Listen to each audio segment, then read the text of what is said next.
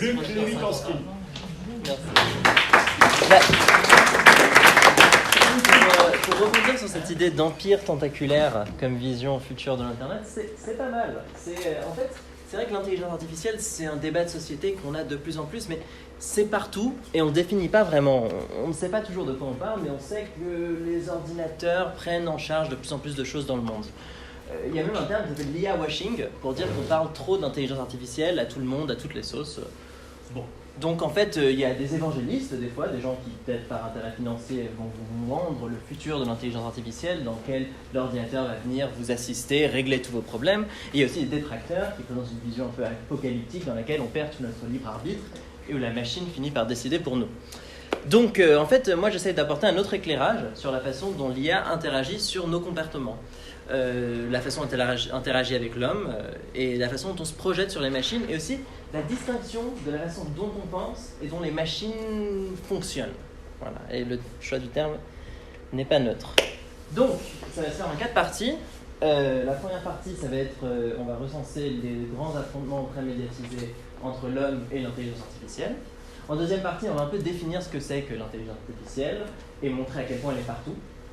En troisième partie, on va se poser la question de l'apprentissage des machines, parce que c'est vraiment un problème fondamental. Et en fait, elle ne pense pas, elle prend des données en entrée et elle les transforme. Donc on va faire des exemples un peu concrets, on va voir des illustrations tout à fait très jolies de ce que la machine peut créer, même si elle n'est pas forcément créative, elle peut produire des choses qui nous font plaisir. Et en quatrième partie, c'est l'anthropomorphisme, c'est la tendance qu'on a à se projeter sur la machine et où la machine a tendance à nous ressembler ou à vouloir nous ressembler pour potentiellement nous manipuler. Donc, on va tracer un peu les grands affrontements médiatisés entre l'homme et la machine. Parce que, bon, on commence à dire la machine est plus intelligente que l'homme. Concrètement, quand est-ce qu'on a commencé à se dire ça? Pourquoi et qu'est-ce que ça veut dire? Alors, le premier calcul qui est fait par une machine que l'homme ne peut pas faire, c'est la machine à calculer de Pascal. Et forcément, c'est des calculs qu'on peut déjà décomposer, donc on arrive à les comprendre. Mais il y a l'idée que la machine peut être plus fiable et plus magique que la personne lambda. Alors, déjà calculé à l'époque de Pascal, ça n'était pas donné à tout le monde, donc ça avait vraiment une espèce d'air magique. Et donc je vais vous montrer un affrontement qui était vraiment essentiel dans cette trame entre la machine et l'homme et l'affrontement, c'est le turc mécanique. Alors en fait, le turc mécanique, il est conçu par Wolfgang von Kepler, qui est c'est un Hongrois en fait qui travaille pour l'empresse Maria Theresa, et en fait il y a un Français qui présente un automate et l'empresse lui demande à son serviteur de dire bon je vois bien que les Français savent faire des jeux avec les aimants, etc. Vous allez nous montrer la supériorité hongroise. Donc il se donne ce projet en fait de montrer à quel point les machines hongroises peuvent être d'une subtilité supérieure à l'homme. Et donc en fait cette image là que vous avez, c'est une reconstruction d'un turc mécanique.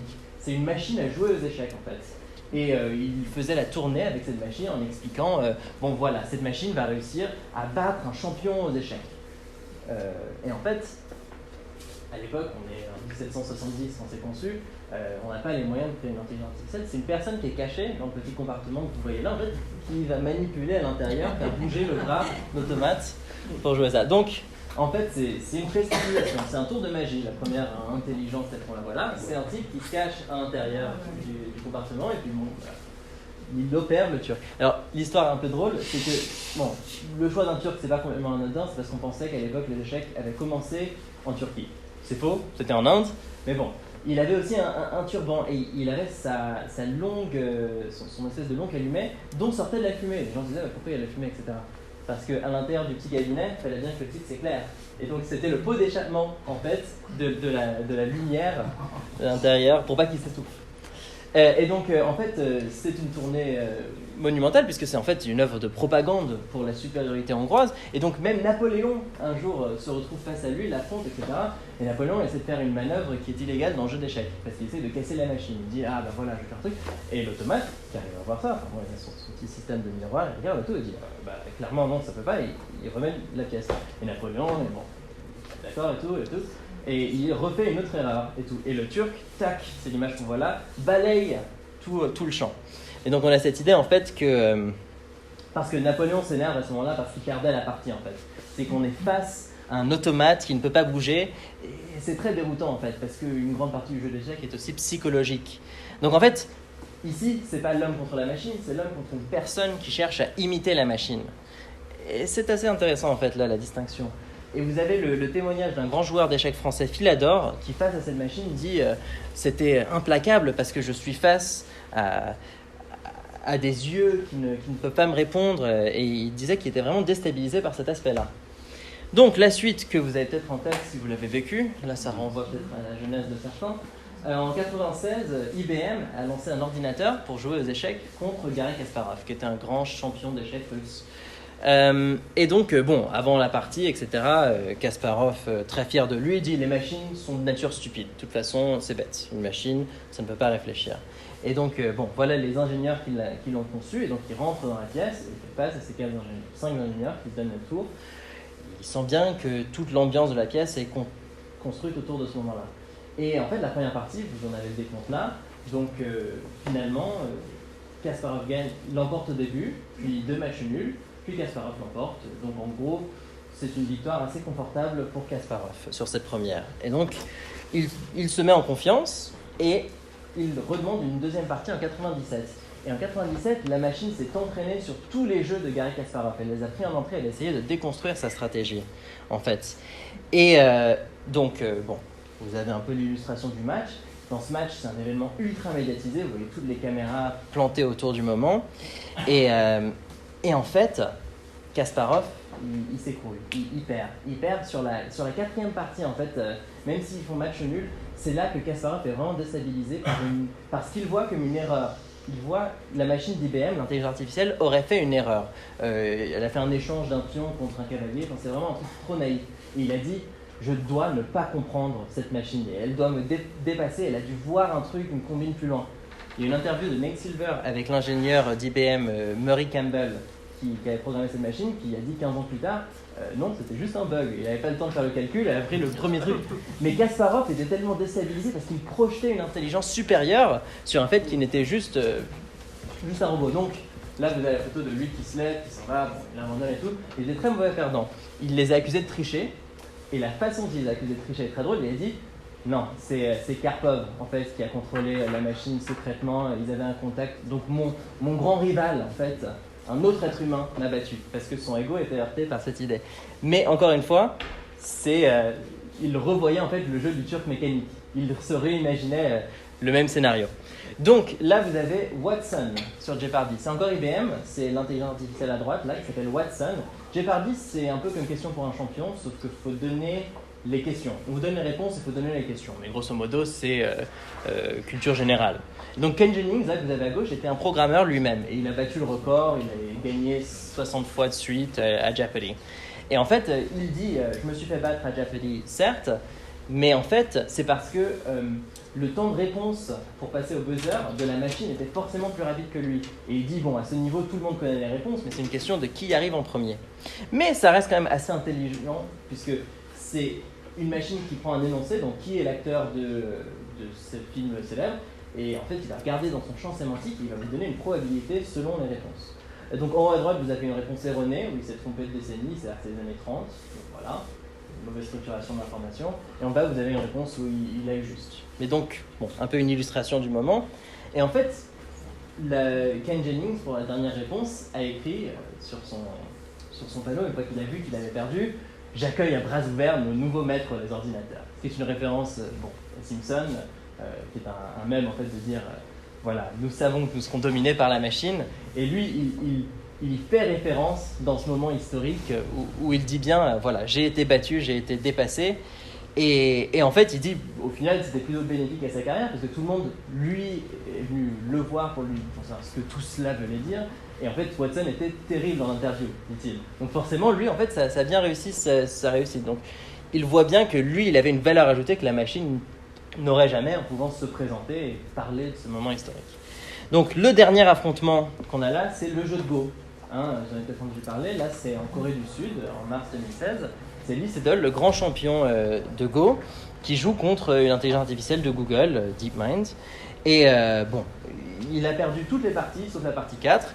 Et en fait, ça a été un moment assez humiliant pour lui. Il a dit que sa perte face à une machine était inévitable, mais que les robots ne comprendraient jamais la beauté du jeu comme lui peut la comprendre. Et il dit en fait, je pense que l'intelligence artificielle est supérieure, non pas sur le jeu de Go, mais sur les facteurs psychologiques. Et il dit que c'est là qu'il a perdu. Ça reste une humiliation pour la Corée du Sud, donc c'est le 15 mars, le dernier match. Le 17 mars, donc 2 jours plus tard, elle lance un énorme plan d'investissement de 800 millions d'euros pour la recherche en intelligence artificielle. Donc, bon, ça a bien fait l'annonce. Vous avez un peu le même scénario qui s'est reproduit par la suite en Chine, avec, c'est encore le coréen là. Mais en Chine, c'était Jie de Chine qui a dit pour moi, AlphaGo est devenu le dieu du jeu de Go, qui a complètement changé ma conception de ma vie. Et en fait, le gouvernement chinois a aussi vu son honneur heurté, puisqu'ils ont retranscrit le premier match en live, et dès qu'ils ont vu que leur champion avait perdu, ils ont coupé les flux de retranscription en streaming pour tout le monde. Donc forcément, ça touche un peu à l'honneur de certaines personnes. Donc, en fait, pour résumer un peu tous ces combats, il faut se dire, on est arrivé à un moment, faut pas se voiler la face, voilà, la machine nous a battus. En tout cas, sur certains domaines définis, la machine est supérieure à nous. Il faut s'y faire, on ne peut pas changer la donne. Et en même temps, quand on repense un peu aux choses, quand on pousse un peu plus loin, c'est en fait cette équation-là qui est plutôt vérifiée. C'est-à-dire qu'aujourd'hui, les échecs, certes, Kasparov a été battu par une intelligence artificielle. Et aujourd'hui, on fait des intelligences artificielles bien plus performantes qu'en 97. Mais aujourd'hui, un joueur d'échecs muni d'une intelligence artificielle qui lui permet de planifier ses jeux va être beaucoup plus performant. Donc en fait, l'homme est moins intelligent que la machine sur ce domaine-là, mais l'homme plus la machine ont des pouvoirs complémentaires, pour ainsi dire, en fait. Ils ont des puissances et des faiblesses qui sont complémentaires. Donc, bon. En fait, les exemples que je vous donne là, c'est pas vraiment une définition d'intelligence au sens général, c'est plutôt des illustrations d'une machine qui a très bien réussi à comprendre les règles du jeu. Encore une fois, c'est pas donné, parce que pour les échecs, il y avait 10 puissance 40 permutations possibles. Donc, il fallait que la machine parcourt tout. Parce que c'est un parcours très naïf. Elle regardait toutes les permutations et elle regardait à un instant T quel est le meilleur mouvement que je peux faire. Pour le Go, c'est 10 puissance 80. Donc, c'était vraiment un calcul extraordinaire, mais ça reste un calcul. Il n'y a pas de stratégie derrière, il n'y a que de la tactique. On réagit dans l'immédiat. Donc, en fait, qu'est-ce que c'est vraiment que l'intelligence artificielle ? Parce que bon, c'est partout, certes, mais en fait, c'est une définition bien plus large que ces usages limitatifs, tels qu'on les voit là dans la culture populaire. Donc, une définition très simple, c'est l'intelligence artificielle, ça prend des données, on lui nourrit des données, et elle transforme ces données selon une définition de ce que c'est que le succès, selon une fonction d'objectif. Et c'est vraiment partout, mais ça reste vérifié pour tout ce qu'on appelle une intelligence artificielle. Ça prend un stimuli, ça le transforme selon ce qu'on lui a donné comme modèle. Et même les intelligences qu'on dit autonomes ou en apprentissage machine, en fait, fonctionnent sur ce même schéma. Et c'est vraiment quelque chose qui est partout. Là, vous avez une citation de Marc Andreessen, qui a créé le premier navigateur web, qui dit « Le logiciel est en train de manger le monde ». Mais en fait, pour sa conception, c'est tous les domaines sont en fait en train d'être automatisés, en train d'être pris sous le contrôle de l'intelligence artificielle. Même quand vous faites une recherche Google, en fait, le choix des résultats qui est affiché est fait par une intelligence artificielle. Quand vous faites une demande d'un crédit bancaire, c'est une intelligence artificielle qui la vérifie. Et même dans certains cas, il y a des décisions de justice qui peuvent prendre en compte des éléments d'intelligence artificielle. Donc ça a vraiment une espèce d'effet totalisateur. Et vous allez me dire, oh mon Dieu, on va tous mourir, c'est Terminator. Voilà. C'est l'image qu'on a apocalyptique de l'intelligence artificielle par la culture populaire. C'est une machine ultra puissante qui va tout nous dérober notre pouvoir. Mais en fait, c'est un manichéisme un peu trop simple. Parce que les machines, elles ne sont pas bonnes, elles ne sont pas méchantes, elles n'ont pas envie de faire du mal, parce qu'elles n'ont pas d'envie. Elles ont juste un objectif. Voilà. Donc en fait, Pedro Domingos, qui a écrit l'algorithme maître, a une très bonne citation pour expliquer ça. Il dit « Les gens s'inquiètent de ce que les ordinateurs vont devenir trop intelligents et conquérir le monde, mais le vrai problème, c'est qu'ils sont déjà trop stupides et qu'ils l'ont déjà conquis. » Donc c'est l'illustration que je vous ai donnée tout à l'heure. En fait, notre vie est régie par plein d'algorithmes, très souvent invisibles, parce qu'ils ne se présentent pas, ils ne disent pas « Bonjour, je suis le robot qui va gérer votre vie », mais en même temps, ils finissent par avoir des séquelles qui peuvent être très très marquantes. Et en interne, comment ça se passe ? Voilà le patron de l'équipe publicitaire de Facebook, qui a créé la plateforme de pub sur Facebook. Il explique un peu comment ça se passe en interne. Donc je vous la lis, c'est un peu long. La pratique standard chez Facebook reste le tableau de bord des métriques sur lesquelles se fixe toute l'attention de l'équipe. Choisissez bien les paramètres qui sont mesurés dans ce graphique linéaire, qu'un bon responsable de produit s'épuisera pour faire monter la courbe en haut à droite, que vous voyez en bas. quelle que soit la valeur représentée par ce chiffre, quelle que soit la valeur, on la fait monter. On fabrique ce que l'on mesure, alors faites attention à ce que vous décidez de mesurer. Et en fait, c'est là où les IA sont même plus performantes que nous, c'est qu'elles arrivent à penser autour de l'objectif qu'on leur donne. Elles trouvent des façons de contourner l'objectif de façon très intéressante. Donc voilà une illustration que je trouve assez drôle. C'est un robot, en fait, on lui a demandé tout simplement de marcher en minimisant le contact de ses pieds avec le sol. Et voilà la réponse que le robot a eu. Donc il a 6 pieds, là, vous voyez, c'est une espèce de robot à 6 pattes, et toc, il se met par terre et il marche à l'envers. Donc littéralement zéro contact des pieds avec le sol, à part le salto immédiat. Mais c'est donc, selon la définition de l'énoncé, il a très très bien réussi son truc, et en même temps, il est un peu complètement à côté de la plaque, selon ce qu'on cherchait vraiment à récupérer. Donc, faut vous dire, je ne sais pas si vous connaissez ce phénomène, j'en avais vu une à Roussillon ce matin, ça s'appelle les lignes de désir. En fait, c'est par rapport à un trajet que vous feriez sur Google Maps, qui va juste prendre les angles droits, les routes déjà enregistrées. Il y a des lignes qui, des fois, sont souvent sur les diagonales, sont les chemins que les gens finissent par traverser et qui apparaissent comme des chemins de fête. En fait, voilà. Donc vous en avez plein là.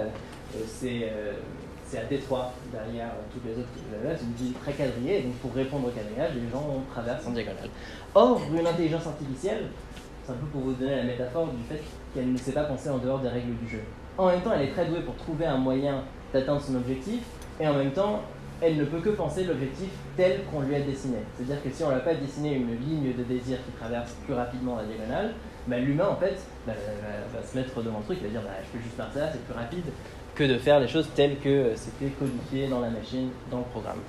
Donc c'est là, en fait, on a ce savoir en plus, et il faut faire attention à ne pas se laisser enfermer dans la façon dont la machine conçoit la société. Donc là, on a une Ouroboros, un serpent qui se mord la queue, et c'est pour illustrer ce que vous avez en bas à gauche, un dicton qu'on dit beaucoup en informatique, garbage in, garbage out. Donc en gros, si vous mettez n'importe quoi dedans, et ben vous ressort n'importe quoi. Vous n'êtes qu'aussi bon que les données que vous avez en entrée et la façon dont vous les transformez. Ce qui est assez évident, mais en fait, par exemple, un algorithme qui est entraîné sur un champ sémantique de tout ce que les gens ont pu dire, qui ensuite est lancé pour noter les restaurants. Il y avait un cas d'une base de données qui notait les restaurants mexicains comme étant tous mauvais, parce que c'est à l'époque de la campagne présidentielle, et qui voyait qu'il y avait beaucoup de gens qui disaient mexicain illégal et illégal mauvais. Et donc en fait le restaurant ne recommandait pas de restaurant l'algorithme avait pris en données des données mauvaises, de ce que les gens disaient mexicain illégal, et en tire des conclusions très très néfastes. Et en fait c'est un cercle vicieux. C'est ça que je décris là. Et par exemple, l'ingénieur de Microsoft et de Google, l'ancien ingénieur, a dit je pense que l'intelligence artificielle va remplacer les gens qui sont en bas de l'échelle, parce que leur travail peut être automatisé, et que pour les autres, on va avoir une société qui va accélérer les privilèges de certains. Et donc là, pour parler un peu de l'ubiquité de la finance, c'est l'idée du crédit bancaire, de la solvabilité, qui est vraiment partout. Mais en fait, l'intelligence artificielle, elle est partout dans la banque. Le crash de 2008 est en partie lié à des systèmes algorithmiques, et il y a eu un crash similaire en 2010 à cause du trading à haute fréquence, des algorithmes qui font des milliers et des milliers de transactions en quelques secondes, qui fluctuent des montées de capital énormes, qui l'échangent entre elles, mais juste parce qu'ils ont fait une prédiction et qu'ils pensent que ça va être la meilleure façon de gagner le plus d'argent à un moment donné. Le problème, c'est que des fois, il y a une espèce d'effet d'annonce où certains algorithmes vont prendre la décision d'annonce d'un certain algorithme dans le facteur de leur décision, et donc il y a une bulle qui se crée sans qu'il y ait aucun humain qui ait pris de décision, mais juste parce que l'algorithme a pris en entrée des données qui dépendent d'autres algorithmes. Donc, faut vous dire, voilà, j'ai la finance, la banque, etc. C'est aussi en fait une arme de surveillance et de guerre. Et donc ici, on a l'illustration de ce qui se passe en Chine. Donc ils ont en fait un logiciel, c'est une promo là d'une boîte qui explique qu'ils tracent tous les mouvements de chacune des personnes qui passent devant la caméra. Donc l'intelligence artificielle classifie tous les objets, les visages, ils identifient les véhicules de chaque personne, leur famille, leur taille, vous allez voir sur la prochaine image. Et en fait, avec toutes ces caméras, ils ont la possibilité de déduire tout votre réseau. Donc si l'État n'approuve pas de vos fréquentations, ils peuvent algorithmiquement vous repérer. Ça, c'est l'interface du logiciel en question. Donc, vous voyez, les personnes, ça identifie si ça représente, enfin, si le visage de la personne ressemble à une personne qui est recherchée. Et bon, je vous ai mis des illustrations en haut d'un drone et de caméras pour vous dire que tout ça peut être imbriqué. Quand on est dans un système autoritariste, l'État a peut-être intérêt à combiner ces mécanismes de contrôle. Et Sebastian Heilmann, qui est un chercheur en sciences politiques à Berlin, a dit que ceci remet en cause potentiellement les démocraties. Parce que c'est une update constante, quotidienne, qui bouge constamment avec vous, ça devient un mécanisme de contrôle idéal. Donc en fait, derrière tous ces mécanismes, toute cette IA qui est partout, il y a un système de prédiction. C'est comme ça que ça marche. En fait, les machines qui trouvent des méthodes ingénieuses d'atteindre leur objectif, certes, le font par un entraînement qu'on appelle l'apprentissage machine. Voilà. Donc en fait, vous allez voir un petit cours de machine learning. Ça va pour l'instant, j'ai pas perdu. Ok. Donc bon, on poursuit. À moins qu'il y ait des questions, je peux faire un... Non, pas de questions, ça marche. Ok, donc sur l'apprentissage machine, qu'on appelle parfois l'apprentissage profond ou le machine learning, mais derrière tout ça, c'est l'idée qu'en fait, bon, je vais vous décrire comment ça marche concrètement, mais voilà un expert et un pionnier de l'intelligence artificielle qui résume très bien le propos. Donc, la pointe de l'intelligence artificielle n'est qu'une version plus rapide de ce que nous faisions il y a une génération. Trouver des régularités dans des grands champs de données. Toutes les avancées marquantes de l'apprentissage profond peuvent pour l'instant se résumer à ajuster une courbe à des données. Alors bon, il dit ça avec son ton, c'est en fait une façon de dire l'intelligence artificielle est très douée pour trouver des corrélations. Elle peut trouver des patterns, elle peut reconnaître des formes, voilà. Mais au-delà de ça, elle ne dresse pas les liens causaux. Donc il n'y a aucune réflexion, il n'y a aucune pensée, il y a juste... Tiens, A a tendance à impliquer B, donc si C ressemble un peu à A, je pense que ça va aussi impliquer B. Mais encore une fois, il ne fait pas ce lien-là, il va juste dire ce qu'on donne ressemble à ce qu'on m'a donné dans le passé, et donc je vais essayer de faire sur le modèle qu'on m'a donné. C'est assez abstrait, et j'ai pas envie de faire d'anthropomorphisme, parce que ce serait ballot. Donc concrètement, imaginons qu'on ait une intelligence artificielle qui reconnaît un chiffre. C'est-à-dire vous écrivez le chiffre à la main, voilà. Et puis, il interprète les pixels, les petits points que vous avez faits, et ensuite il essaye de les retraduire pour dire quel chiffre est-ce que c'est. Et donc concrètement, là, le classificateur de chiffres, par exemple, il va prendre ce chiffre-là et il va dire je pense à 3/4 de pourcentage que c'est un 3, ça pourrait peut-être être un 8, et ça pourrait peut-être être tout un tas d'autres chiffres. Donc en fait, il ne va pas vous donner une réponse affirmative, il va donner un poids de probabilité. Et pourquoi est-ce que ça marche comme ça un réseau neuronal artificiel en fait, qui produit l'apprentissage profond.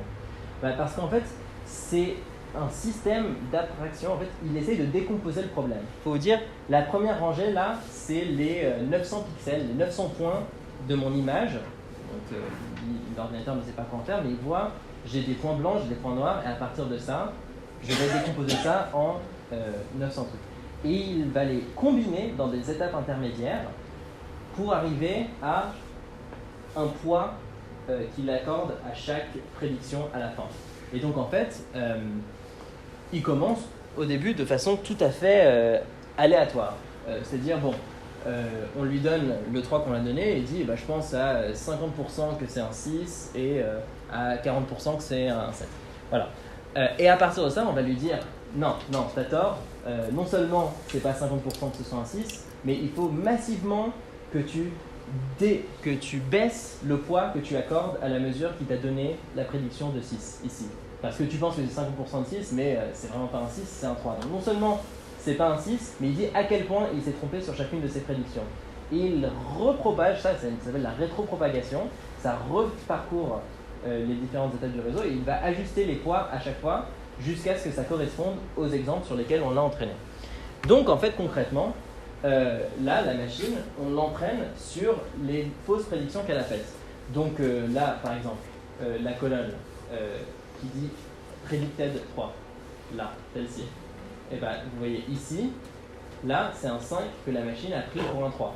Donc vous pouvez voir à chaque fois, on va la re-entraîner en lui disant le calcul que tu as fait pour penser que c'était un 3, il faut que tu repondères les poids pour arriver à 1, 5.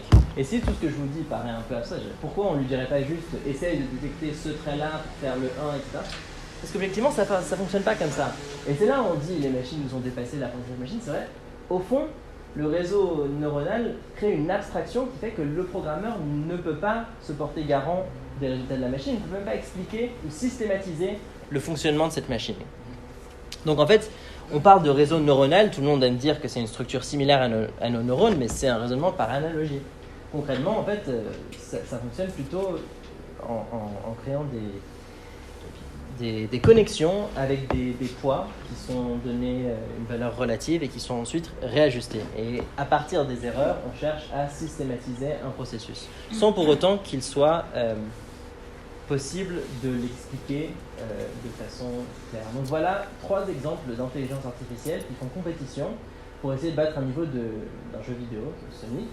Et en fait, donc celle du dessus est celle qui va gagner la course. Vous avez 3 intelligences artificielles qui ont leur propre méthode d'essayer de parcourir le niveau pour aller jusqu'à droite.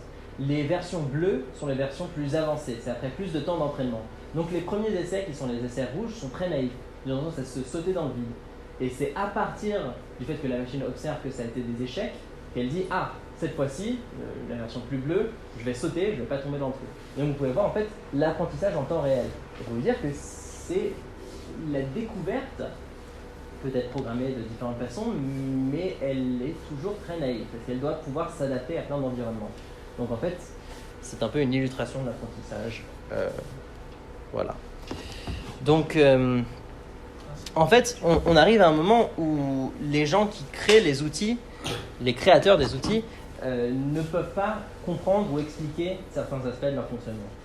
Donc voilà, c'est ce que je cherchais à dire. Et c'est un peu comme, j'avais la métaphore, c'est comme si on enseignait à un animal l'écolocation, enfin, un animal qu'on force à avoir de la cécité et qui serait obligé de trouver un autre sens pour se repérer. Mais au début, il part vraiment de rien et on lui nourrit en lui disant comment est-ce qu'il se trompe.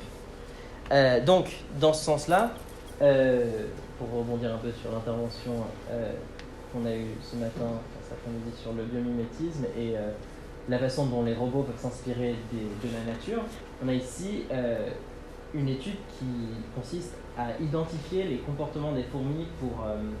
alors là, c'est pour construire un tunnel, mais qui ensuite essaye d'appliquer ces organisations de la société à des robots qui doivent collaborer pour organiser des tâches. Donc en l'occurrence, ils ont observé, en peignant l'abdomen de différentes fourmis, qu'il y avait une certaine proportion qui avait réparti les tâches plus pour l'excavation, d'autres qui se portaient garant plus haut pour éviter que les gens viennent.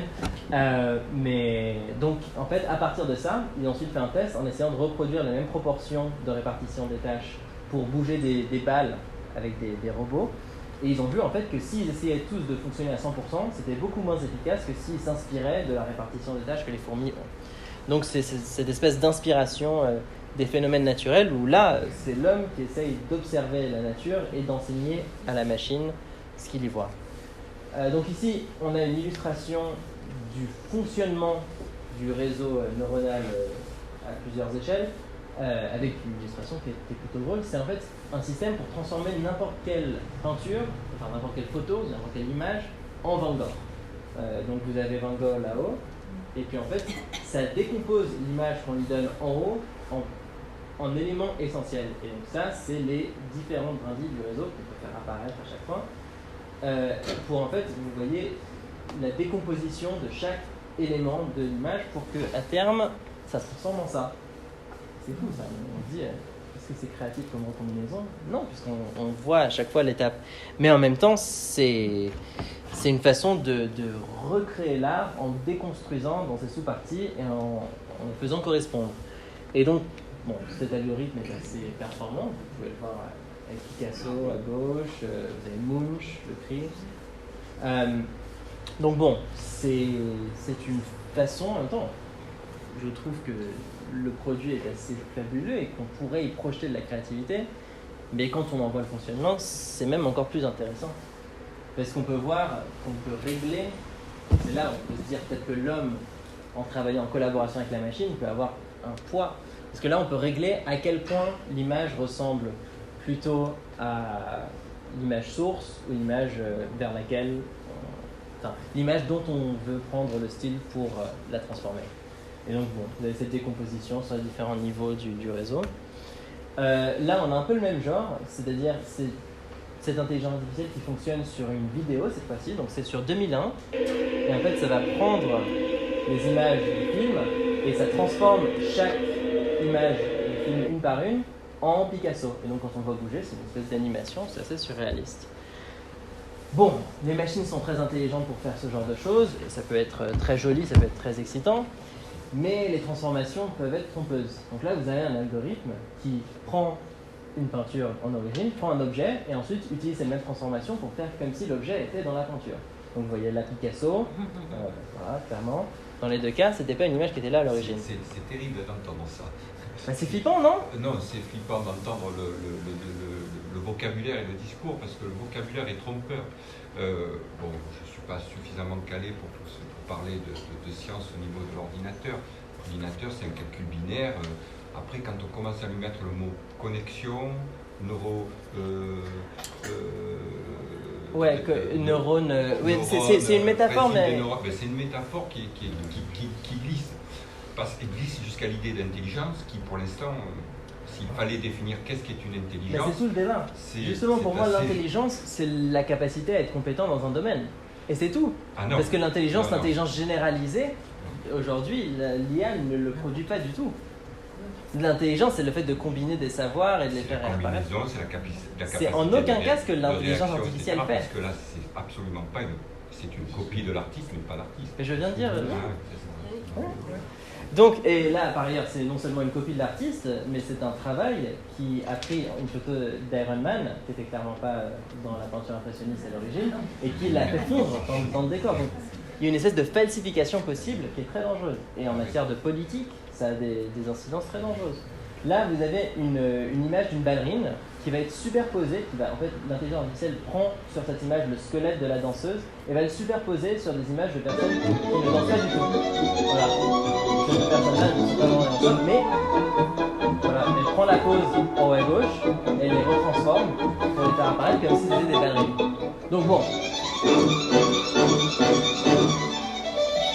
C'est plutôt sympa en soi, c'est plutôt drôle. Mais dites-vous que si la personne en question c'est une personnalité politique et qu'on peut lui faire dire n'importe quoi et qu'elle peut bouger n'importe comment, ou même qu'une personnalité politique peut semer le doute autour de quelque chose de gênant qu'elle a fait en disant peut-être que cette image a été falsifiée, là vous avez vraiment des conséquences que le programmeur qui a commencé à faire ça n'avait pas du tout en tête. Pour être franc, cette technologie, ça s'appelle le deepfake, si vous en avez entendu parler, ça risque de dire de plus en plus. Deepfake, ça a commencé, alors là, je ne sais pas si vous voyez ce qui est bizarre avec cette image, peut-être des amateurs de Seigneur des Anneaux, tous les acteurs sont remplacés par Nicolas Cage. Et en fait, on le voit à peine. Ils n'ont pas l'air si bizarres que ça, je vous le remontre, hein. Mais lui, c'est Nicolas Cage, là. Et là, c'est une famille de Nicolas Cage, on dirait une espèce de... Bon. Et en soi, pareil, très, très sympa, très drôle, mais ça peut être détourné à des fins potentiellement dangereuses. Et le type qui a créé ça, Deepfakes, il a créé ça l'année dernière. Le type qui fait ça, au début, c'est un type qui voulait remplacer le visage des actrices dans les films pornographiques qu'il regardait par des actrices célèbres. Donc il a commencé par Gal Gadot, et puis bon, c'est un monde un peu dérangeant quand on y pense. Bon, donc la pointe de l'intelligence artificielle, c'est vraiment quelque chose qui est d'actualité et dont on ne peut pas sortir ou s'échapper. Bon, alors pour revenir sur votre thématique là, parce que on se pose la question de qu'est-ce que c'est que l'intelligence justement, et on dit elle fait ça, elle l'exécute, elle crée. Franchement, quand une machine essaye de créer, là c'est un algorithme qu'on a entraîné en lui montrant plein de chiffres, il essaye de dessiner ses propres chiffres. Alors pour l'instant, on est meilleur en reconnaissance de forme qu'en dessin. Je veux dire, à partir de ça, s'il devait faire votre annuaire, ce ne serait pas le summum de la lisibilité, quoi. Donc il est meilleur à identifier qu'à recréer. Il essaye, il commence. Voilà une illustration qui est pareil, entraînée avec une base de données d'images étiquetées, et qui à partir de ça, quand on lui dit, donc en haut à gauche, qu'est-ce que c'est qu'une montre, eh ben, il reprend les traits qu'il a vus dans la plupart des montres. Alors, des fois, c'est plus imagé que d'autres. Et en même temps, en tant qu'humain, nous, on ne peut pas s'empêcher de voir ce qui masse en bas à droite et d'essayer de voir un visage, une expression créative. Non, c'est une forme reconnaissante qui apparaît beaucoup dans les choses. Et en même temps, au fond, Si je vous mets ça dans une galerie d'art, ce qui était fait là, vous ne voyez pas la différence. Une fois que c'est mis dans un certain contexte, vous projetez de l'intelligence dessus. Vous pourriez même dire, ah bah tiens, il a fait un choix assez intéressant sur le volcan, machin, l'esthétique et ça. Ouais. Donc, on a cette idée, en fait, d'anthropomorphisme qui rentre sans arrêt en jeu. C'est là le glissement. C'est cette idée qu'on projette ses qualités sur la machine et c'est là qu'elle les acquiert par cette relation qu'on a avec elle. On lui donne le pouvoir, en fait, en lui laissant nous manipuler en nous ressemblant. Voilà, donc, ça va être la dernière partie sur l'anthropomorphisme. Donc, je vais vous parler d'un robot qui s'appelle Simon, qui a été développé par Airbus et par l'agence spatiale allemande DLR, et qui a une intelligence artificielle d'IBM à l'intérieur, qui se déplace, vous voyez en haut à droite, avec 14 petits ventilateurs dans l'espace, en fait, qui peut bouger dans la station spatiale. Et il est arrivé dans la station spatiale internationale, dans la capsule Dragon, le 2 juillet 2018. Et les chercheurs de la NASA, quand on leur pose des questions sur quel est l'intérêt de cette mission et tout, ils disent, bon, déjà, il vient assister une démarche médicale, il y a un chercheur allemand qui va pouvoir l'utiliser comme extension de son bras pour aller regarder quelque chose, ce qui est très bien, mais vous voyez aussi qu'elle a un visage, qui est là pour se balader pendant son séjour sur la station spatiale. Et en fait, il est censé interagir avec les astronautes. Et donc voilà les citations de la NASA. Alors, les missions de voyages spatiaux mettent l'équipe devant un stress et un travail considérable. Et nous pensons que l'intelligence artificielle pourrait apporter un support opérationnel aux membres de l'équipe.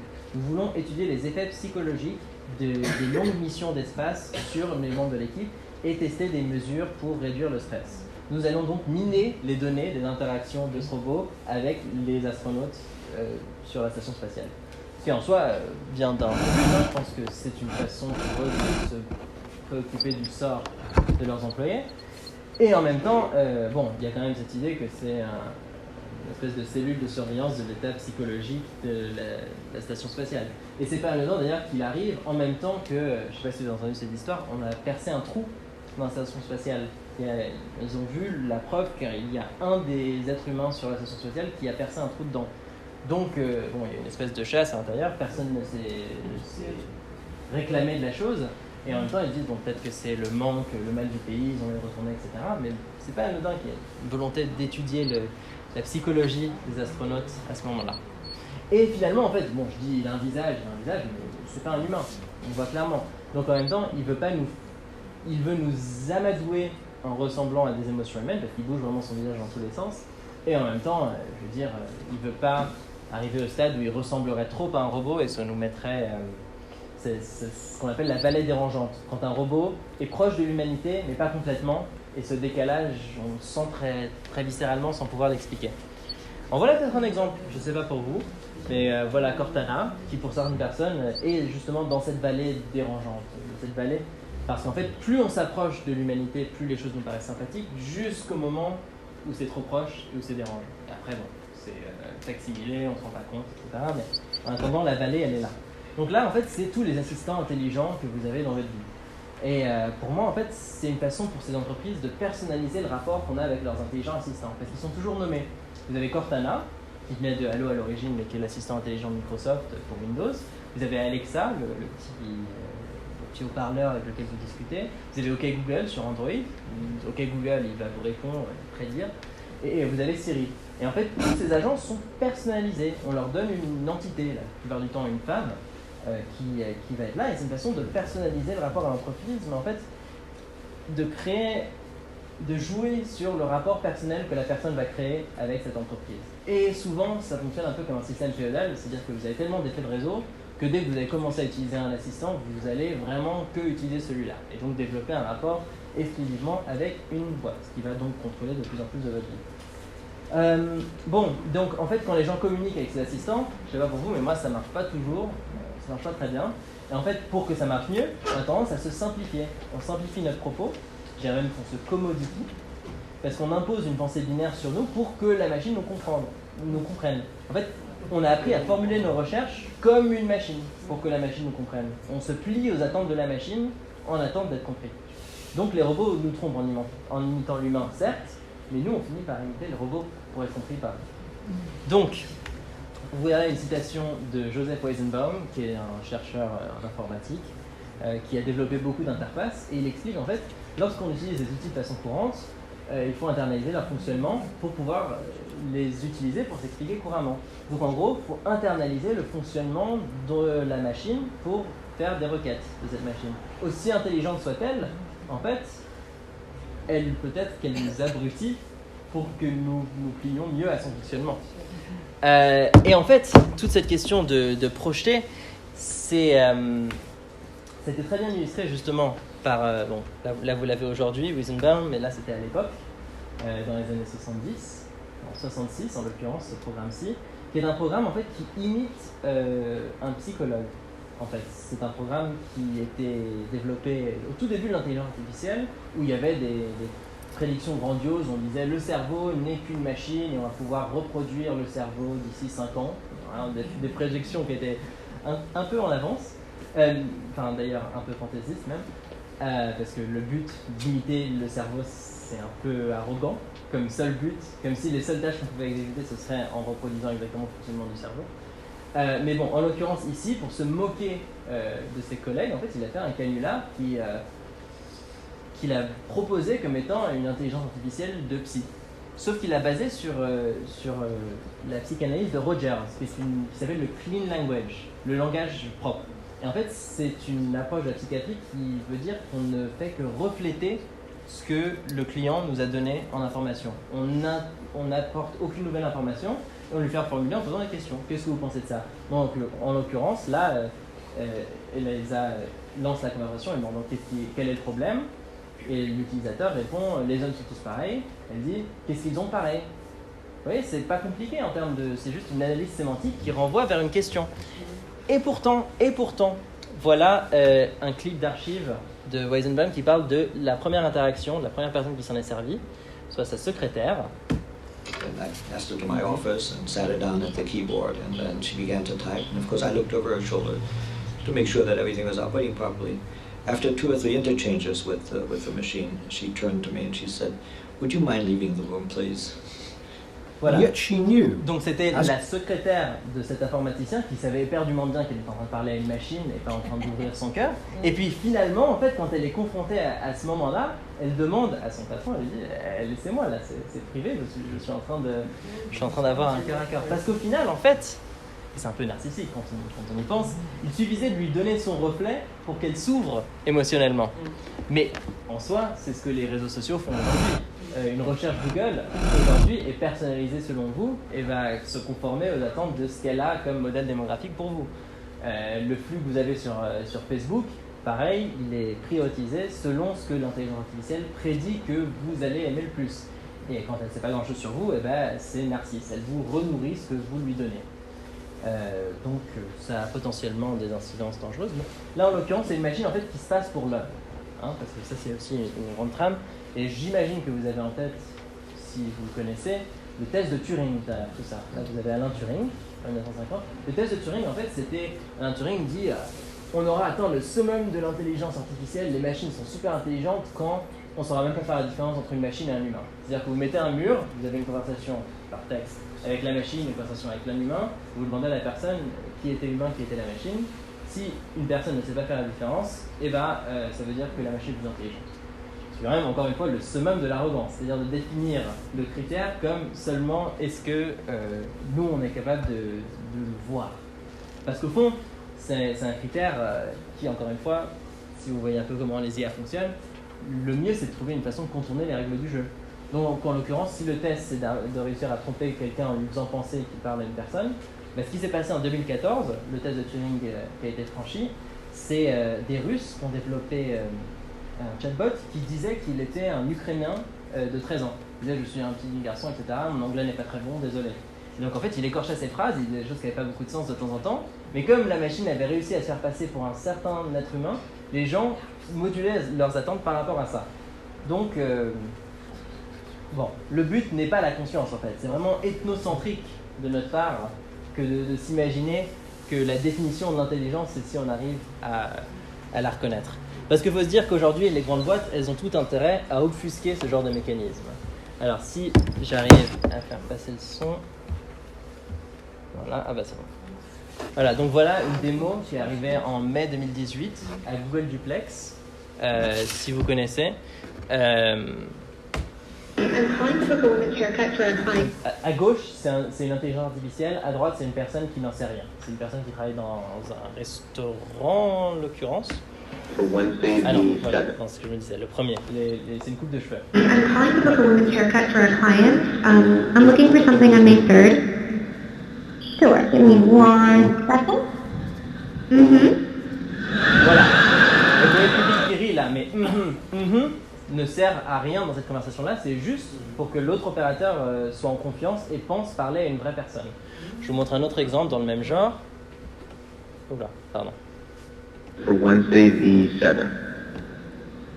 For 7 people? It's for 4 people. 4 people? When? Next Wednesday at 6 p.m. Bon, il y a quand même un côté manipulateur derrière tout ça, je pense. Donc, les machines nous imitent dans nos etc. pour en fait nous amener, pour induire certains comportements. Donc en fait, Google Duplex, au fond, ce n'est que possible parce qu'on traite déjà les opérateurs de l'autre côté du téléphone comme si c'était des robots. La seule raison pour laquelle on automatise ce service, c'est parce que déjà on ne traite pas leur humanité. Et en même temps, bon, quand il s'agit de prendre des rendez-vous, il y a quand même tout un tas d'aléas qui sont plus complexes que juste ce qu'un développeur avait dit. Ah bah tiens, si je dis juste, s'il dit non, faut dire mercredi suivant. Il y a des aléas qui sont peut-être plus précis. Par exemple, si c'est une visite médicale, il y aura des questions, des suivis, etc., qui ne seraient peut-être pas pris en compte par ce genre d'assistant. Mais en même temps, c'est vrai que ça ne peut que se réaliser parce que le travail de service transforme les gens en robots. Et de la part de Google, en fait, ce qu'ils font là, et ils ont déjà commencé à le faire pour les horaires d'ouverture, par exemple, ils ont un assistant intelligent qui va vous appeler pour dire « Ah, bonjour, vous allez bien, quels sont vos horaires d'ouverture, merci, au revoir ». Et c'est des appels qui sont automatisés comme ça, qui ensuite viennent nourrir les informations de Google. Donc Google fait semblant d'être un humain pour aller chercher les informations chez les gens, quoi. Nous devenons ce qui nourrit le réseau d'informations de Google. Donc nous faisons partie d'une espèce de nosphère, mais à notre insu, puisque c'est Google qui va phagocyter toutes ces informations, qui va les aspirer et va nous les demander. Et en fait, c'est-à-dire qu'il y a beaucoup de personnes riches qui vont automatiser toute une autre partie de leur vie où ils n'ont vraiment plus affaire à aucune humanité. Et en fait, faire semblant d'être humain en faisant c'est... Enfin bon... C'est désolant, et ce qui est d'autant plus désolant pour moi dans cette réaction, c'est le public. Quand Google fait la démo, le public quand il fait la démo, ce qu'ils adorent le plus, c'est la partie où il fait... Donc c'est la partie menteuse, quoi. Le fait que tout le public soit à fond derrière ça. Alors c'est un public de technologie à Silicon Valley, mais ça veut dire qu'il y a des questions qui ne se sont pas encore posées. Et au fond, c'est un public d'ingénieurs qui ne voit aucun problème à manipuler les comportements des gens parce que c'est le modèle commercial des médias sociaux que de le faire au début. Donc bon, c'est une étape de plus pour eux. Donc là, vous avez un filtre Snapchat. J'imagine que c'est pas étranger aux plus jeunes d'entre nous. Mais bon, l'idée derrière ça, c'est une intelligence artificielle qui fait un modèle de votre visage, qui regarde tout ce qui fait la personnalité de votre visage et qui va chercher à gommer, en fait, à le transformer en un visage un peu plus uniforme, donc un visage qui ressemble le plus au visage de tout le monde. Certes, ça lisse, bon, avec cette qualité d'image, on voit pas forcément, mais bon, il y a un filtre de couleur, ça lui enlève ses marques sur le visage, ça lui change un peu la forme de la bouche. Vous en avez une autre là, où ça a aussi le côté que ça la blanchit par ailleurs un peu, puis ça change la forme de son visage. Et en Chine, c'est vraiment toute une industrie d'application de beauté, enfin d'embellissement, où là vous avez une photo retouchée qui est faite pour être postée sur les médias sociaux, et là vous avez la version extrême quand même sur Meitu. Là, en question, Meitu, en fait, il y a une jeune chinoise qui a dit de toute façon, je préférerais juste pouvoir vivre dans Meitu pour pouvoir être comme mon avatar plutôt que d'exister dans le monde de tous les jours. Donc c'est pas le cas de tout le monde quand même, mais des fois les humains ont tendance à vouloir là ressembler à la façon dont les machines les transforment. Donc bon, c'est assez frappant. C'est ce qu'on pourrait appeler la dysmorphie de la selfie. On veut ressembler, on sent une inadéquation par rapport à la façon dont la machine nous transforme. Et Samsung, en fait, le fait déjà automatiquement sur la plupart des photos que vous voyez, il lisse le visage. Les gens se disent, bon, je serai plus beau, je serai plus lisse, je serai plus uniforme. Pour moi, ça enlève une partie de la personnalité. Mais c'est pas anodin que ça vienne de Samsung par ailleurs, parce que Samsung, l'entreprise de la Corée du Sud, c'est une énorme industrie de la chirurgie esthétique. Et ça, c'est toute une autre industrie qui vient, c'est les gens qui veulent se faire charcuter le visage pour ressembler à leur selfie. C'est toute une industrie, et notamment en Corée du Sud, ça se développe beaucoup. C'est en fait, parce que les jeunes aujourd'hui qui mettent des photos d'eux-mêmes sur Instagram, ils ont tendance à les supprimer s'ils n'ont pas tout de suite eu assez de likes. Donc il y a la machine aussi qui conditionne les gens à forger leur image par rapport à la façon dont socialement ils sont perçus et ensuite la façon dont la machine leur dit qu'ils peuvent être plus désirables. Donc on est bien d'accord, hein. Elle est plutôt monstrueuse en plus. Je trouve que c'est mieux de la laisser là-dessus parce qu'à la limite là, enfin bon, ça ferait plus un erreur, elles ont encore l'air sympathiques et humaines de côté. Mais ouais. Donc bon, c'est en fait l'intelligence artificielle va être un moyen de contrôler les gens en repérant la déviance, y compris esthétique, et en la gommant. Donc bon, c'est un mécanisme potentiellement d'uniformisation. Alors, pour revenir un peu sur le thème, on a presque fini. Sur le thème du turc mécanique. Là, c'est Amazon qui a repris le nom du turc mécanique, cette image qu'on avait, l'homme à l'intérieur de la machine qui secrètement fait le travail de l'intelligence artificielle. Mais Amazon, ils appellent ça artificial intelligence. Donc l'intelligence artificielle, l'artificielle. Et en fait, tous les gens que vous voyez là, c'est les gens qui travaillent pour Amazon Turk Mécanique. Donc concrètement, c'est quoi Turk Mécanique ? J'appelle ça, en fait, c'est la main-d'œuvre invisible de l'Internet informationnel. C'est des gens qui sont payés de 1 à 5 centimes pour un travail répétitif à la chaîne, la plupart du temps de classification, qui vient ensuite entraîner, ils nourrissent un énorme champ de données qui va ensuite être utilisé par une intelligence artificielle pour faire des prédictions ou pour, une fois qu'eux ils ont classifié les données, elle va pouvoir faire apparaître les corrélations dedans. Et donc c'est des gens en fait qui transcrivent beaucoup de temps, beaucoup de fois, qui font apparaître des choses sur les images. C'est des gens, là vous voyez leur fiche de paie, qui sont payés 15 centimes parfois pour un travail qui dure 60 minutes. C'est une micro-division et en fait l'idée ça s'appelle des HIT, c'est des Human Intelligence Tasks, donc des tâches d'intelligence humaine, et c'est subdivisé, donc là vous avez 42 000 en haut, chacune payée à 15 centimes, que vous faites à répétition, c'est distribué par plein de personnes, ça prend 20 minutes pour en faire une.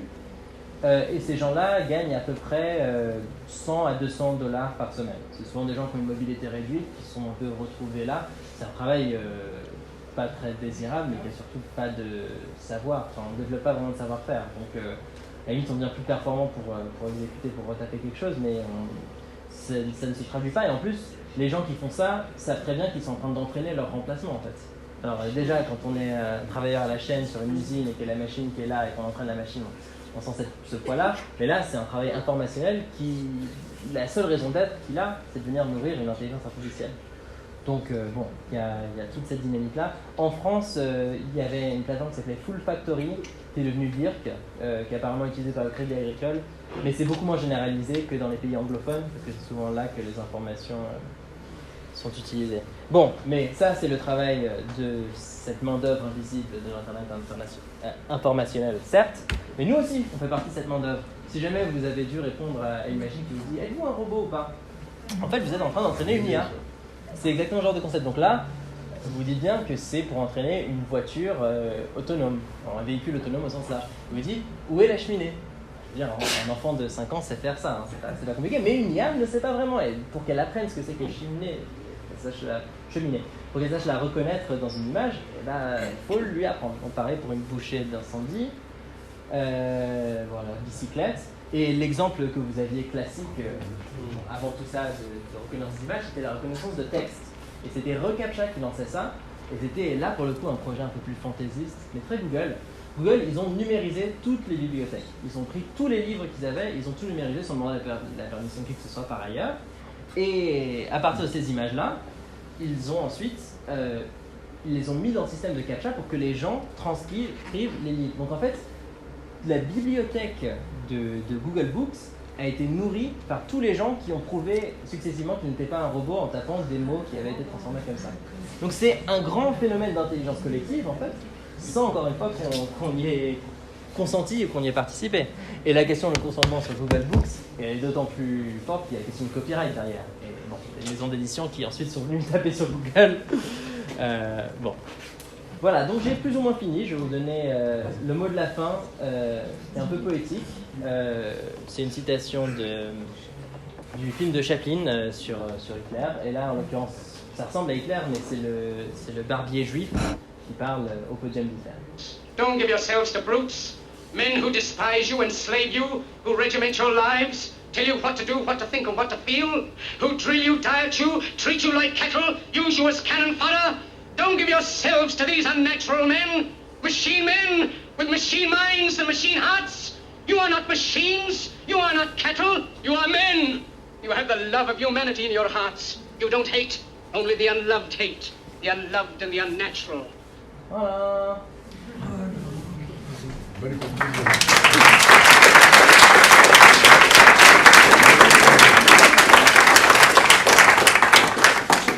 Merci Luc Levitanski. Merci. On sait qu'il y a une relève derrière, c'est bien. Maintenant, ça va monter. Tu sais qu'en latin, l'étymologie d'intelligence, Ouais. intelligere, c'est l'aptitude à choisir. C'est pas mal ça. Oui. Ouais, parce que choisir justement ça implique QCM, frère. Oui, donc il y a la notion du libre arbitre derrière. Ensuite, l'intelligence artificielle qui nous prive de ce choix. Ouais. Il y a des questions? Ah oui, bah clairement, c'est. La lumière déjà. Mais Bon, quand en tout même, cas, oui. Oui, oui. C'est vraiment une question très basique. Tu es en train de nous expliquer que ça n'est pas vraiment l'intelligence, puisqu'en fait, on fait entrer dans la machine toutes les questions, les réponses, etc. Ouais. Tu finis avec l'exemple là, du truc de pompier. Enfin, Ouais. mais ça me faisait penser au fait que dans l'apprentissage d'un enfant, c'est comme ça que un enfant va peu à peu savoir des choses, apprendre des choses, pouvoir faire des choix, mais parce que pendant X temps, on lui a expliqué ça c'est tel objet, on fait comme ça, et c'est aussi par expérimentation que l'enfant va apprendre. Comme ce que tu Oui, comme les tests, rouge les tests des chiffres. Le truc rouge qui va plus vite, enfin je ne comprends rien. Ah, ça, Sur le jeu, fond, ça je veux le remontrer. sur le fond, je ne Non, mais comprends franchement, rien à ça ce que c'était tu parce as que c'était raconté. joli. Mais parce que je n'ai absolument, tu parles trop vite pour moi et que je n'ai pas du tout l'intelligence nécessaire. Néanmoins, c'est comme ça que l'on apprend. C'est en ratant et en réessayant. Oui, oui, mais tu nous as dit, les il a versions plus travaillé évoluées font moins d'échecs. Parce qu'elles ont les versions plus évoluées là font moins d'échecs parce qu'elles ont appris les fois où elles sont tombées. Les rouges qui tombent là ne se reproduisent pas. Non, mais j'entends l'analogie avec un enfant. Et même l'être humain apprend comme ça. Enfin, c'est l'apprentissage, non? D'intégrer le moment où tu vas chuter. Oui, sauf que l'apprentissage chez l'humain fonctionne par l'apprentissage de concepts fondamentaux. Et on peut structurer l'information qu'on prend. Aussi par... oui. Et juste par l'échec, oui, mais ce qui fait qu'on est plus intelligent que juste un animal qui sait reconnaître une couleur et réagir derrière, c'est qu'on conceptualise ce qui se passe derrière. Les nouvelles informations qu'on prend, on les intègre dans un système. Et c'est là, on combine des savoirs qu'on avait dans différents moments, etc. Et même le jeune enfant, moi je le vois avec mon neveu, quand on lui introduit quelque chose, c'est bien de le rattacher à des concepts qu'il connaît. La machine, le concept qu'elle connaît, ça n'existe pas, elle ne structure pas vraiment son savoir comme ça. La machine, il faut la programmer, c'est-à-dire les recherches, c'est une programmation en fait. C'est pas la machine qui va déduire de son comportement, de ce qu'on lui a appris. Non, c'est pas pareil. La machine, elle programme. C'est-à-dire qu'on lui fait faire un truc, ça marche pas, on recommence jusqu'à ce que ça marche. Et quand ça marche, on peut programmer définitivement. Enfin, j'amplifie. Donc un enfant, il y a les affects, il y a effectivement des concepts, des relations humaines qui font que, et y compris l'enfant, il va plus loin que ce qu'on lui apprend à la limite. La machine, elle peut apparemment continuer à... Oui. La machine ne peut pas aller plus loin que ce qu'on lui apprend.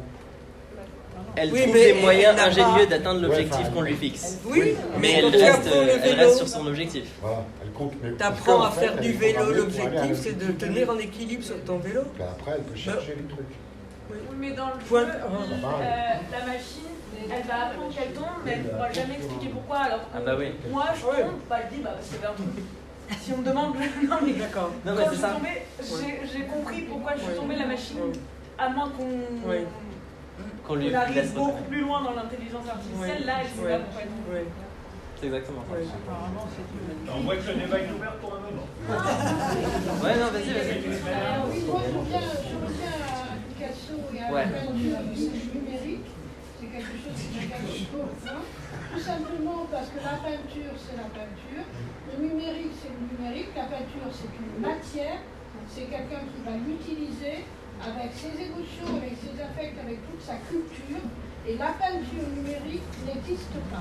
Bien Il sûr. existe quelque chose de numérique que l'on peut qualifier comme on veut, X, Y, Z, mais il y a quelque chose qui m'agace. Mais alors quand j'entends peinture numérique, j'en fais des cauchemars. Mais alors ce qui vous agace, c'est aussi les artistes qui utilisent des supports digitaux, non? Non, ils ont le droit, ils peuvent peut-être avoir un Mais c'est génie. fait de l'appeler peinture. Non, mais on ne peut pas l'appeler peinture, c'est autre chose. Ah, on est d'accord. Non, mais c'est le support, moi j'entends complètement. C'est ce qu'on veut, on peut peut-être créer quelque chose d'extraordinaire. Pourquoi pas? Mais en l'occurrence, là, c'est même pas un artiste qui a créé ces images-là de peinture que vous avez vues. C'est pas des vraies peintures, c'est des combinaisons de peintures existantes pour retransformer. Alors c'est pire. Ah oui, on est d'accord, c'est pire.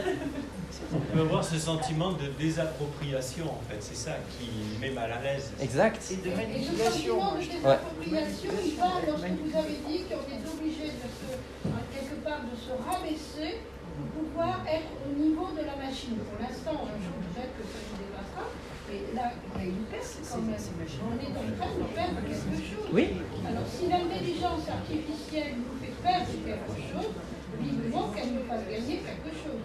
Il y a des applications quand même de l'IA, notamment dans les secteurs médicaux. Non, mais qui sauvent énormément de vies, l'exosquelette, la reconnaissance dermatologique. Je crois que un des grands objectifs, c'est la combinaison de la machine avec l'humain, et l'humain avec la machine. Il y en a plein qui se battent pour. Oui. Il n'y a pas d'ambiguïté là-dessus, mais je ne crois pas que l'homme augmenté. Hein? L'homme augmenté. Le problème, c'est que ça risque en aurait pas de recréer une société à plusieurs vitesses, dans laquelle ceux qui ont les moyens de s'augmenter. Sur le schéma actuel. Ah oui, sur le schéma actuel. Partant pour une refonte. Je pense qu'il faut une refonte. Je vais poser une question. Vous dites que la machine apprend par rapport à l'objectif. Mais elle apprend que dans un cas qui lui est donné, qu'elle a déjà appris auparavant.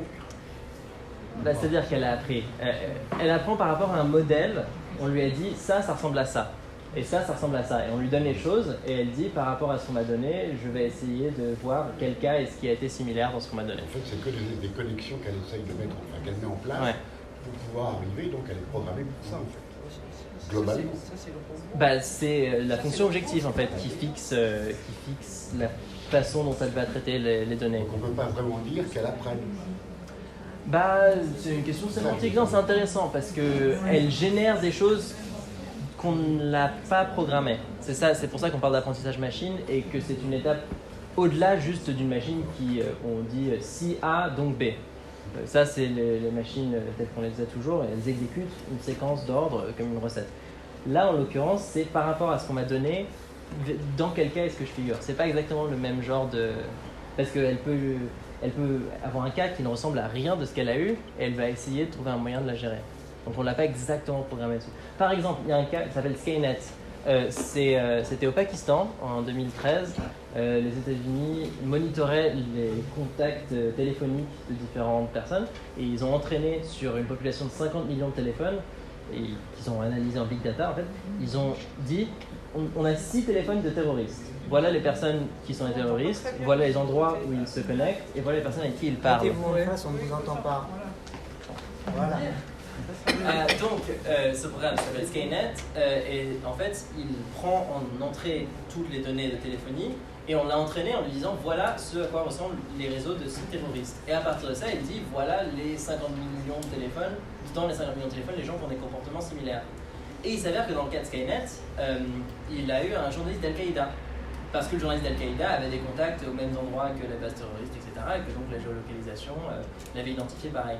Donc dans ce cas-là, en fait, il a généré, on ne peut pas lui apprendre à reconnaître quelqu'un, mais on lui a donné des exemples, et à partir de là, il a trouvé un exemple qui était similaire, et en l'occurrence faux. Mais c'est pour ça que la définition apprentissage... Moi j'avais une question, mais je ne suis pas sûre que je vous ai répondu. Mais en fait, sur c'était sur l'appel de l'intelligence artificielle de Google qui passe une réservation, que ce soit de coiffeur ou... Et en fait, sur le je me posais la question de savoir si la machine elle avait été programmée pour dire après un certain blanc ou quoi que ce soit, ou si ça avait été un programme qui avait dû étudier des conversations pour se rendre compte que... Quand il y a des blancs. Non, c'est le genre de truc qui est programmé. C'est forcément hardcodé. Et Google avait acquéri une start-up qui était spécialisée dans le processus de la langue, justement pour regarder les hésitations comme ça, les hésitations. Et clairement, c'était une façon pour eux de faire de la démo de ce truc qui peut hésiter de façon naturelle. Je pense que chaque est préfiguré. C'est pas le genre de truc où une machine pourrait reconnaître ces sons-là, parce que ce serait trop difficile de l'étiqueter et d'identifier. C'est plus facile de... Enfin, ils ont une voix homme qui doit avoir une panoplie de 10 hésitations, genre ok. Et oui, non, mais c'est ça, et c'est comme un piano, il joue sur les bonnes au bon moment. Après, par rapport à la réaction de l'autre côté, ce serait compliqué parce qu'il faut prendre en compte le délai de l'autre personne et attendre quand il se coupe par-dessus. Je pense que le est naturellement dedans et ne prend pas en compte les facteurs d'entrée. Mais de toute façon, c'est pas déployé, c'est une démo. Oui, d'accord. Mais du coup, est-ce que l'ordinateur, le programme, prend en compte les... Parce que ça aussi, c'était pas complètement clair, je trouvais, dans ce que Google montrait. On ne sait pas tellement, en fait, si l'ordinateur prend en compte les réponses de l'autre côté. C'est fait pour. C'est ça, le fait que la démo marche, c'est quand elle dit non, la réservation... Ah non, ça vous l'avez pas entendu. Mais en gros, elle lui dit est-ce que vous avez de la place mercredi? Elle dit non, pas mercredi. D'accord. Oui, mais ça, ouais. Donc non, c'est vraiment fait pour répondre. Voilà. Et moi, ce que je voulais mettre l'accent, c'était l'aspect menteur, en fait, mensonger, qui imite l'humanité, parce que c'était la trame du truc, l'homme. Mais bon, là, je vais reprendre la main, parce que j'ai plein de trucs à vous dire. Merci. Merci.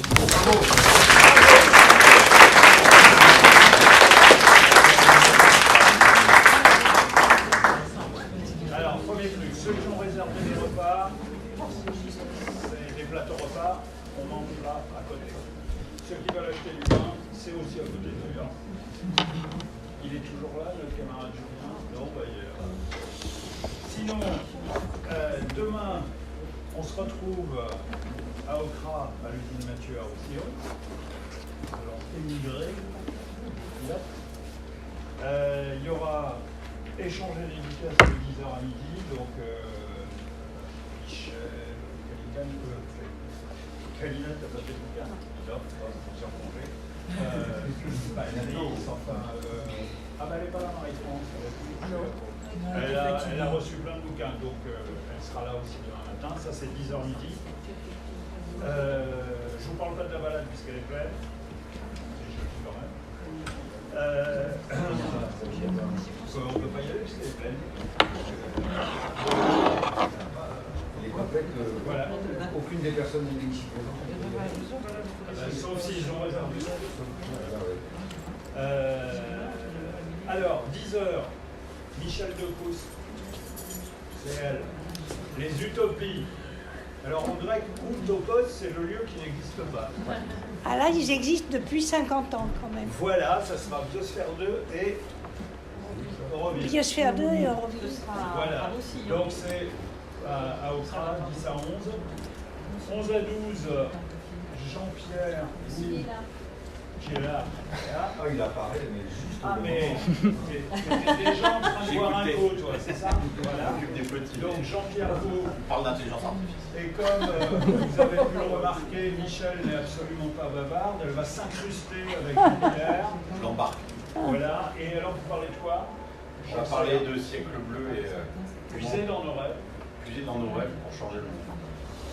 Dream no small dream, disaient les gens de la biosphère. Rêver grand et pas petit. Du travail sur